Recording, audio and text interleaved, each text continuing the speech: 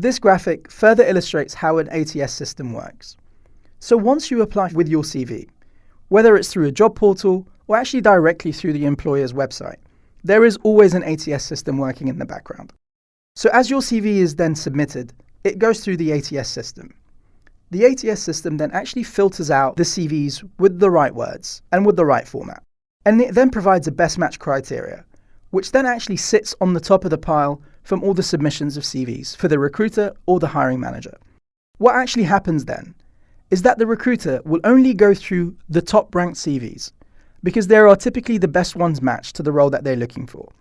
And if your CV doesn't actually include those keywords, the likelihood of a recruiter actually seeing them is highly unlikely. To further illustrate this, it's important to understand that if your CV isn't as part of the shortlisted candidates that are marked as green candidates, which are the most suitable candidates, then your CV is likely not to be saved within the recruiter's CRM, which is their customer relationship management system. This is really important to understand because how your CV is matched and rated by the ATS, and that's really important to actually have your CV saved on the recruiter's database. Most recruiters typically work a certain market. So a lot of the time, they are typically going back to the same candidates over and over again. So if, for instance, I've received 300 applicants, and out of the 300 applicants, only 10 or 15 were marked green, I will typically call those first 15. And I will save the CVs that I haven't submitted for that role, because I know that those CVs are going to be relevant for any future opportunities that I'm working on, because I work just a single market. However, when the ATS system filters through CVs, it gives you your green candidates, who are the ones that are super relevant for the role. And it then marks about 25 of the rest out of the 300 as amber. And the rest remaining CVs actually get marked as red.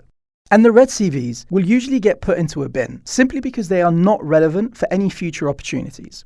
So this is where you may see on occasions that a job has been filled, or you see a friend starting in a position, and you think, wow, I haven't seen this job posted anywhere. The truth is that recruiters will typically double back on any previously submitted CVs that are relevant for future opportunities. The reason being is posting a job ad on any job board is quite an expensive thing to do.